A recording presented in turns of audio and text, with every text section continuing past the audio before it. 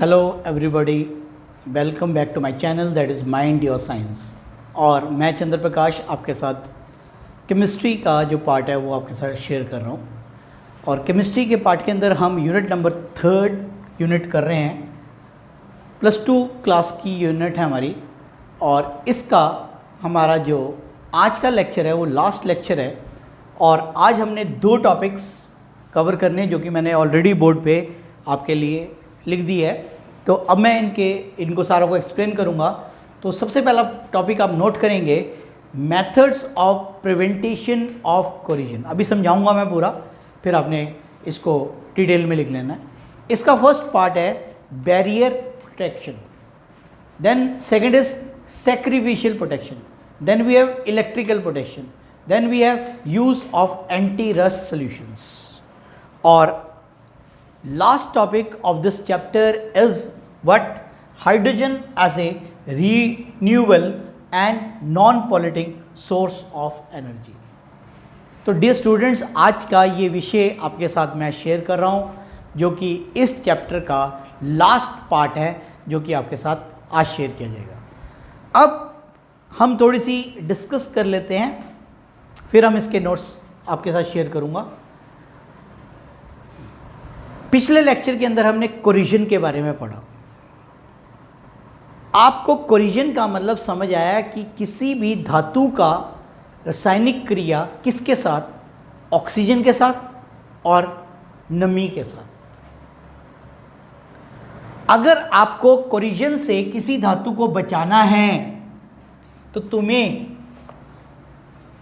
क्या करना होगा? बड़ी कॉमन सेंस सी बात है, ऑक्सीजन और पानी दोनों में से एक को गायब कर देना होगा। पॉसिबल हो तो दोनों को, नहीं तो एक को किसी तरीके से, या तो ऑक्सीजन या फिर वाटर, इनको यहाँ से निकाल दो। तो फिर क्या होगा? फिर कोरिजन नहीं होगी, जैसा कि पिछले लेक्चर में आपके साथ मैंने डिस्कस किया था। अब उनको करना कैसे है, उसके लिए हमारे पास मेथड है barrier protection, sacrificial protection, electrical protection and use of anti rust solutions. तो ये हमारे 4 प्रोसेस द्वारा इनको, कोरिजन को रोकेंगे, ठीक है, उसके प्रोसेस को बचाने के लिए। बहुत ही जनरल एग्जांपल आज के डेट में है क्या कि जो अब महामारी फैली हुई है कोरोना, इसका बचाव कैसे करना है सभी बच्चों को पता है, you have to wear the mask. तो that is a preventation from the disease called as corona. इसी तरीके से कोरिजन को रोकने के लिए क्या क्या करना पड़ेगा?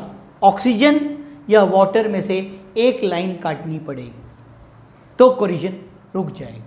तो अभी कैसे करेंगे वो मैं अब आपको कंप्लीट प्रोसेस के अंदर पढ़ाऊंगा।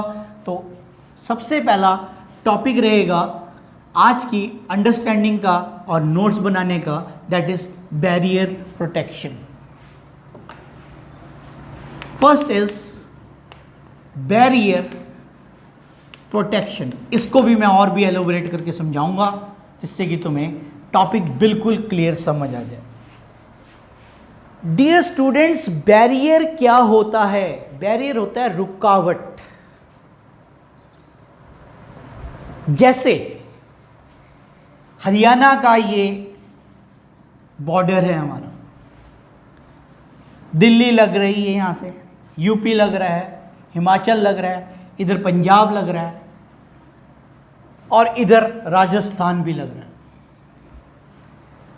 अब चारों तरफ दिल्ली में केसेस बढ़ते जा रहे हैं कोरोना के। तो क्या किया हमारे मुख्यमंत्री जी ने? बॉर्डर सील कर दिए। बॉर्डर सील से क्या हुआ? जो अफेक्टेड आदमी थे वो एंटर नहीं कर पाए, कर्फ्यू लगा दिया गया था। तो इसका मतलब हमने क्या किया? हमने अपने बॉर्डर्स पे बैरियर बना दिया जिससे कि ये डिजीज़ हमारे स्टेट तक एंटर ना कर पाए। तो अब आपको समझ आया होगा what is the meaning of barrier. अब यहां पर हमें किसका बैरियर बनाना है? जो मेटल है और उसके साथ करने वाला रिएक्शन कौन है? ऑक्सीजन और मॉइस्चर, उनके बीच में बैरियर बना देना है जो उसके संपर्क में ना आ सके। तो that protection is known as what? That is called as barrier protection. तो अब हम यहाँ पर लिखेंगे क्योंकि बड़ा ही आसान है, बहुत ही सिंपल है और आधे प्रोसेस आपको आते भी हैं। तो अब इसकी नोट्स की प्रिपरेशन है कि we make a barrier, barrier मतलब समझ आ गया आपको, between the metal and atmospheric oxygen and moisture.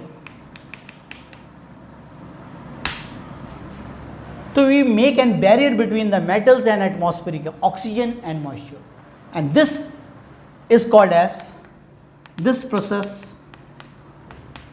is called as what?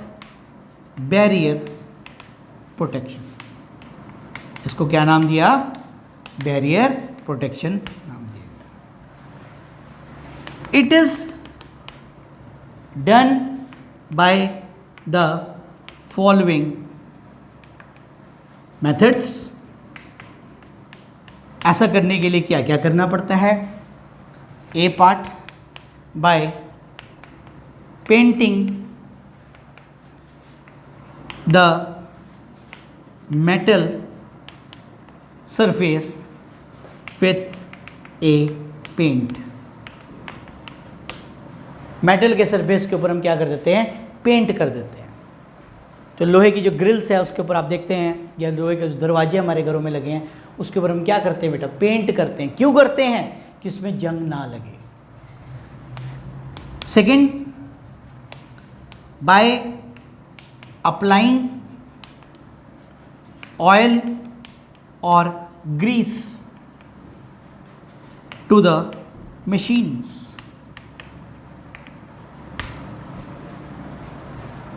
अब जहां पर पेंट करना पॉसिबल नहीं है, अब सोचोगे क्या सर? जैसे हमारी साइकिल की जो चेन है बेटा, जिसने लगातार मूवमेंट करनी है, तो अगर हम उसमें पेंट करते तो पेन क्या होएगा? उसकी जब मूवमेंट करेगा उसमें से निकल जाएगा। तो उसमें हम क्या लगाते हैं बेटा? ग्रीस लगाते हैं, ऑयल लगाते हैं। ऐसे ही जितने भी बेरिंग्स हैं, बेरिंग्स के अंदर भी क्या होता है? एक तो फ्रिक्शन कम हो जाती है, दूसरी बात इसमें क्या है कि उसमें जंग नहीं लगता है। तो उसमें हम क्या डाल के रखते हैं? ऑयल डाल के रखते हैं। तो वो क्या करता है? प्रिवेंट करता है, क्योंकि ऑयल पानी को अपने सरफेस के ऊपर आने नहीं देता है। इसके बाद by the use of alkaline solution of phosphate. तो ये हमारे मेथड्स हैं कि मेटल्स और हमारे एटमॉस्फेरिक ऑक्सीजन के दोनों के बीच में, मॉइस्चर के बीच में बैरियर बना देते हैं, तो जिससे कि वो उसके संपर्क में नहीं आएगा। संपर्क में नहीं आएगा तो वो बचा रहेगा। तो प्रिवेंटेशन का पहला part that is barrier protection. Second part मैंने लिखा था, अब इसको हमने फिर से डिटेल में पढ़ना है। ये आपने होप नोट कर लिया होगा सभी ने, जो भी इस वीडियो को देख रहे हैं। बी पार्ट क्या है? Sorry, second part that is sacrificial protection. इसको जरा थोड़ा सा पहले समझेंगे, जिसे पहला समझाया फिर लिखेंगे। सैक्रिफिशियल का मतलब वर्ड बना है सैक्रिफाइस से, और सैक्रिफाइस का अर्थ होता है बलिदान। आपको पुराने इतिहास में लिए चलते हैं। पुराने इतिहास में जब हम लिए चलें तो हमें पता है हमें आज़ादी कैसे मिली। काफ़ी हमारे लोगों ने अपने जीवन की बलिदान दिया, और बलिदान देने के बाद आज हम आज़ाद देश में जीवित रह रहे हैं। तो इंडिपेंडेंस दिलाया कैसे? उन्होंने बलिदान दिया। बलिदान मतलब सेक्रीफाइस किया।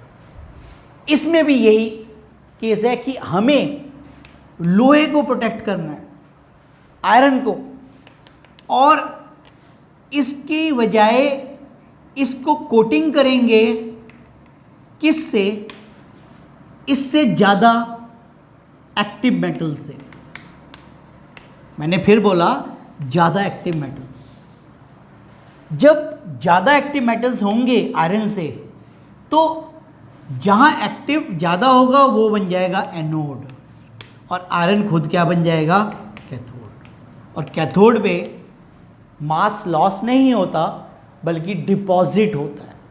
तो इसका मतलब आयरन बचा रहेगा कोटिंग करने से। किससे? इससे अधिक क्रियाशील धातुओं से। इसका मतलब हमने कोई कोरिजन प्रोसेस को रोका नहीं, हमने कोरिजन एक के बदले दूसरे की कर दी। कैसे? आयरन की कोरिजन हो रही थी, उसकी वजह हमने किसको बलि चढ़ा दी? दूसरे मेटल को। और दूसरा मेटल यहाँ पर कौन है? Active metal. इसलिए नाम पड़ा सैक्रिफिशियल प्रोटेक्शन। तो वर्ड्स को समझना बहुत इंपॉर्टेंट होता है। बिल्कुल सिंपल हिंदी में आपको बताया सैक्रिफिशियल प्रोटेक्शन का क्या अर्थ है, जो कि आपको बिल्कुल आसान तरीके से समझ आ गया होगा। तो अब हम इसको टॉपिक को लिखेंगे बेटा, तो आप मेरे साथ नोट करेंगे। In this process the metal to be protected, जिसको आप बचाना चाहते हो, to be protected, is coated with more active metal whose standard potential are more. This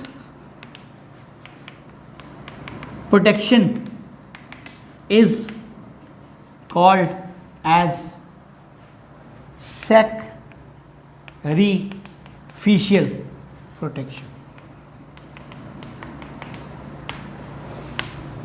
तो अब आपको सैक्रिफिशियल प्रोटेक्शन की जो परिभाषा है वो बहुत ही अच्छे ढंग से समझ आ गई। तो अब आपको प्रोसेस भी समझ आ गया भाई वाक्य में क्या होता है। अब इसको आगे लिखेंगे। A metal is coated by either nickel, chromium,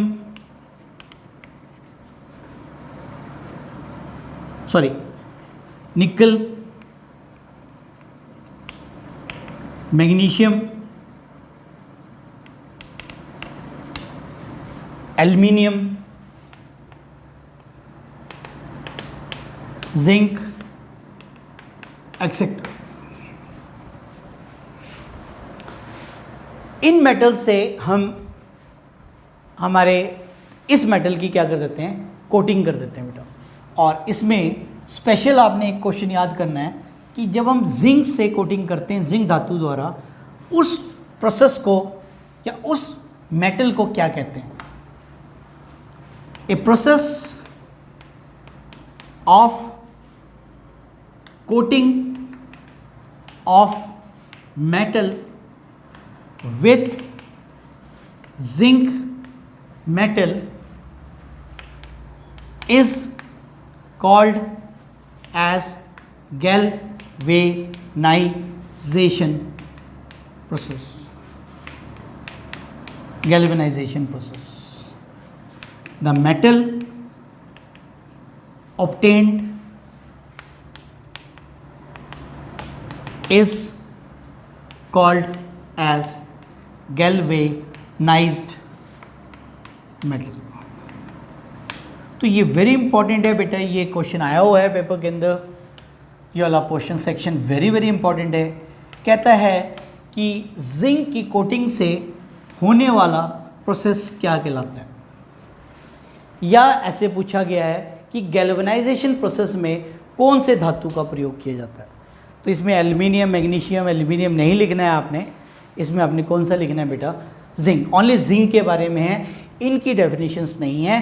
तो सिर्फ जो हमारा प्रोसेस है जिंक की कोटिंग करना, that is called as galvanization. अब इसी का ये साथी है थर्ड, आपके सामने लिखा था मैंने, इलेक्ट्रिकल प्रोटेक्शन। ये मैं अभी आपको समझाऊंगा पहले और फिर हम इसके बारे में लिखेंगे, नोट्स बनाएंगे। This process is also known by the name cathodic protection. दोनों वर्ड्स समझाऊंगा, इलेक्ट्रिकल प्रोटेक्शन क्यों है और कैथोडिक प्रोटेक्शन क्यों है, और ये लगभग सिमिलर है हमारे किससे, सैक्रिफिशियल प्रोटेक्शन से। तो अब हम इसको पहले मैं आपको समझाता हूँ, then we will form the write down the notes for this. पहले ये समझ आना चाहिए आर्टिकल है क्या ही। डियर स्टूडेंट, जैसा कि इसमें और पिछले में सिर्फ थोड़ा सा फर्क है। क्या फ़र्क है, इलेक्ट्रिकल प्रोटेक्शन या कैथोडिक प्रोटेक्शन में हम क्या करते हैं, जो metals which is buried underground, जैसे कि पेट्रोल पंप्स में जब जाते हैं तो जो उनकी डीजल या पेट्रोल की टैंकियां हैं वो ज़मीन में गाड़ी हुई होती है। सिंपल भाषा में बोले, they are buried under the earth surface. इसी तरीके से जब हम घर बनाते हैं तो जो पाइपलाइंस हैं वो भी हमारी ज़मीन में दबी होती है। तो ये तो हमारे क्या हैं, टैंक्स। ये दो सोच रहे हैं आप क्यों बना दिए, एक डीजल का टैंक है, पेट्रोल पंप्स की बात कर रहे हैं, एक डीजल का टैंक हो गया, और ये क्या हमारे वाटर पाइप्स या वाटर या गैस पाइप्स कुछ भी हो सकती हैं। It can also be the gas pipe which is buried under the earth surface. अब यहां पर क्या सिचुएशन है, यहां पर सिचुएशन ये है, एयर तो रहती है और मॉइस्चर का लेवल ज़्यादा होता है, नमी, जिसके कारण से इस आयरन के टैंक को जल्दी से जल्दी जंग लग जाएगा। उस केस में हम इसको क्या करते हैं, ध्यान से देखना है। फिर आपने एक सिंपल सा डायग्राम मैं आपको जब आर्टिकल कराऊंगा तब बनाएंगे, ये नहीं आपने ड्रॉ करना है, समझा रहा हूं आपको।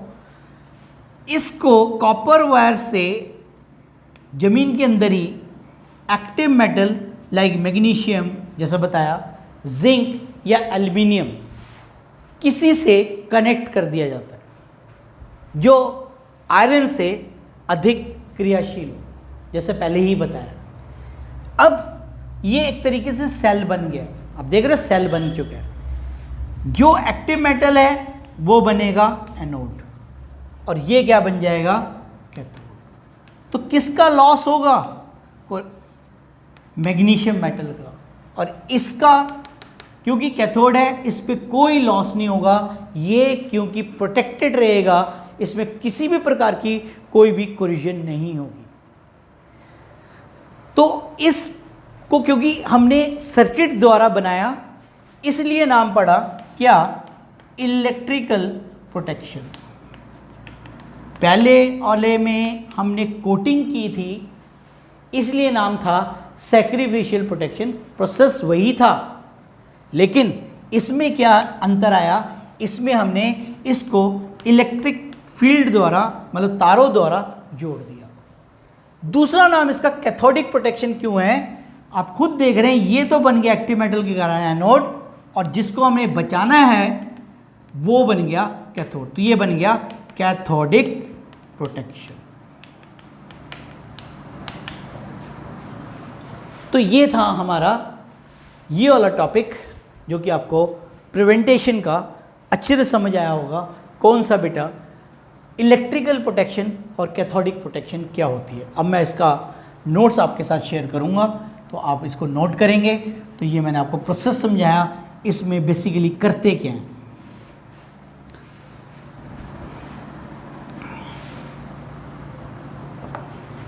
प्रोसेस नंबर 3 पढ़ रहे हैं, इलेक्ट्रिकल प्रोटेक्शन और इसमें एक छोटा सा डायग्राम आपने हल्का सा बनाना है, very simple diagram like this. This is the water pipes, water oblique gas pipe. This is buried under the earth surface. It is connected with active metal called as magnesium. तो this is the simple diagram of this electrical protection. पहले में दोनों में diagrams नहीं थे, इसमें diagram भी है, तो अब इसके बारे में लिखेंगे theoretically. In this process the metal tank और pipe which is buried under the surface of an earth is connected with an active metal like magnesium, aluminium, zinc, etc. with the help of copper wire.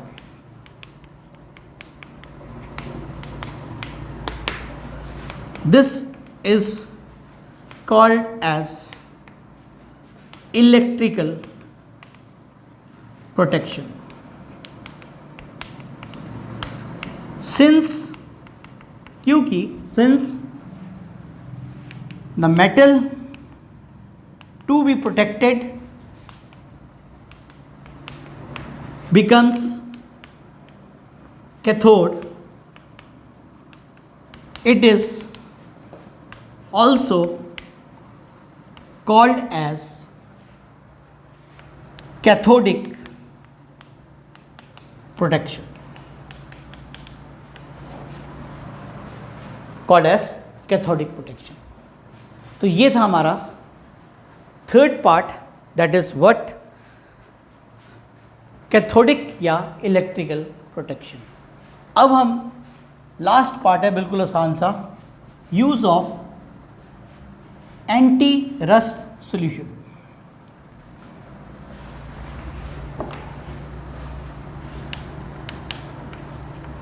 Use of anti-rust solutions.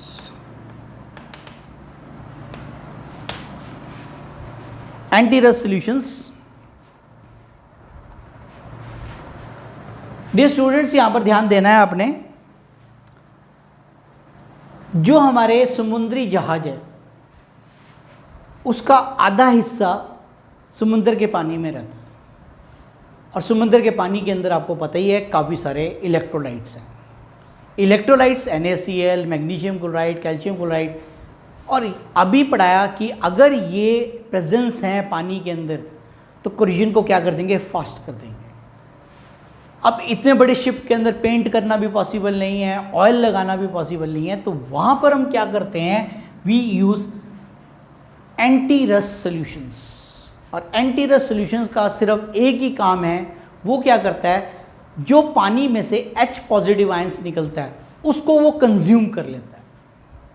और जैसा कि मैंने अभी आपको बताया कि अगर दो कारक हैं, एक ऑक्सीजन है, एक वाटर है, वाटर में से H पॉजिटिव, दोनों में से एक को निकाल दें तो रिएक्शन नहीं हो पाएगा. तो ये एंटी रस्ट सॉल्यूशन का जो मेन काम है वो क्या है, H पॉजिटिव आयंस को डिस्ट्रॉय कर देता है, और इस कारण से कोरिजन नहीं होती और जो हमारा मेटल है वो बचा रहता है. किससे, प्रोसेस ऑफ कोरिजन से. तो ये अब हमने इसके बारे में बताया, तो लिखेंगे we generally use anti rust solution as क्या होते हैं, एज अल्कलाइन फॉस्फेट और alkaline chromate solutions which removes the H positive ions from the reaction mixture and hence prevents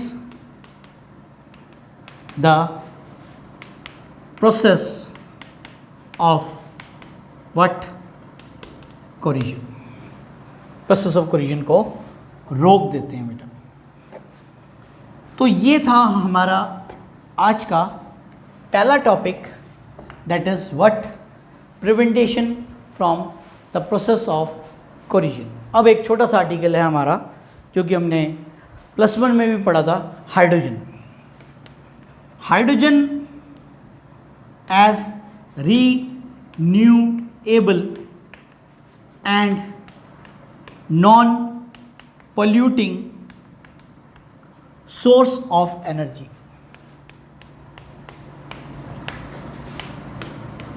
तो इसके बारे में थोड़ा सा मैं लिख लेते हैं, उसके बाद मैं आपको इसको समझाऊंगा। तो ये प्रोसेस लिखें, hydrogen is having the maximum calorific value as a fuel।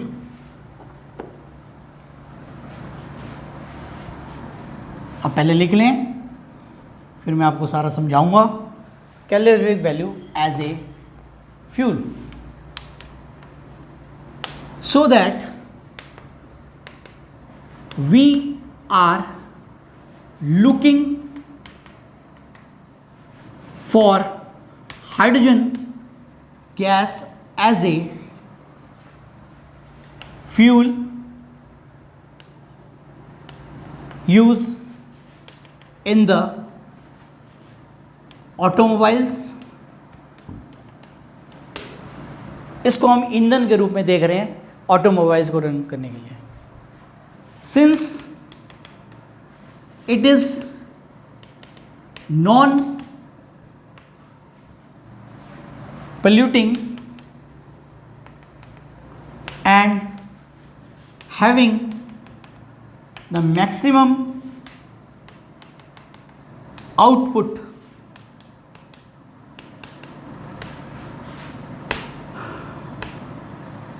hence it is going to be the next generation as a fuel।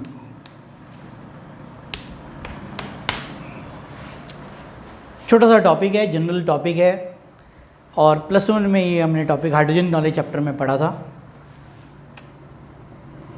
Hydrogen as a renewable non polluting source of energy. Hydrogen की मात्रा हमारे atmosphere में बहुत ज़्यादा है। दूसरा, ये gas कोई पोल्यूटिंग गैसेस नहीं है। इस गैस का हमारे शरीर के ऊपर, वातावरण के ऊपर कोई नुकसान नहीं है। हमें ये मालूम है कैलोरीफिक वैल्यू क्या होती है, कि जब हम 1 ग्राम किसी भी फ्यूल या फूड को जलाते हैं, कंबशन करते हैं, तो उसमें से निकलने वाली ऊर्जा कितनी मात्रा में है, उसको बोलते हैं कैलोरीफिक वैल्यू। इसकी कैलोरीफिक वैल्यू सबसे अधिक है। आप इसको सर्च कर सकते हैं, नोट कर सकते हैं, और इस कारण से इसको देखा जा रहा है as a next generation fuel to run the automobiles. जैसा कि पता ही है पेट्रोल डीजल जो बायो मासेस हैं, हमारे बायोफ्यूल्स हैं, ये रीन्यूएबल नहीं है। धीरे धीरे धीरे धीरे करके इनके भंडार समाप्त हो रहे हैं। तो अब हमारे जो साइंटिस्ट या हमारे जो मेन साइंटिफिक वर्क चल रहा है वो इसी बात पे चल रहा है कि कोई ऐसा अल्टरनेटिव फ्यूल ढूंढा जाए जिससे we can run the car, we can run the automobiles, we can run the aeroplane, we can run the trains etcetera, जो पोल्यूटिंग भी ना हो और ख़त्म भी ना हो। तो उन दोनों के गुण किस में मिले? हमारे हाइड्रोजन के अंदर मिले। तो this is the topic, hydrogen as a renewable and non polluting source of energy. तो इसके साथ ये चैप्टर हमारा इलेक्ट्रोकेमिस्ट्री आज ख़त्म हो जाता है। तो अब होप आपको पूरा चैप्टर समझ आ गया होगा। आपके साथ नेक्स्ट वीडियो के अंदर मैं इसके क्वेश्चनर्स शेयर करूंगा, जो कि PDF फाइल के रूप में होगा, जैसे पिछले यूनिट के अंदर आपको देखा था आपने। तो अब आपके अगर किसी भी टॉपिक के अंदर कोई भी माइंड के अंदर आशंका हो, आशंका मतलब डाउट्स हों, तो you can write in your comment box, और कमेंट बॉक्स में आप कोई भी प्रश्न पूछ सकते हैं, उसका आंसर मैं देने की कोशिश करूँगा और आपके जो डाउट्स हैं उनको भी लेने की कोशिश करूँगा। तो this is the chapter number 3 that is electrochemistry, और आज इसके साथ ये ख़त्म हो जाता है। और thank you for watching my channel. Thanks a lot.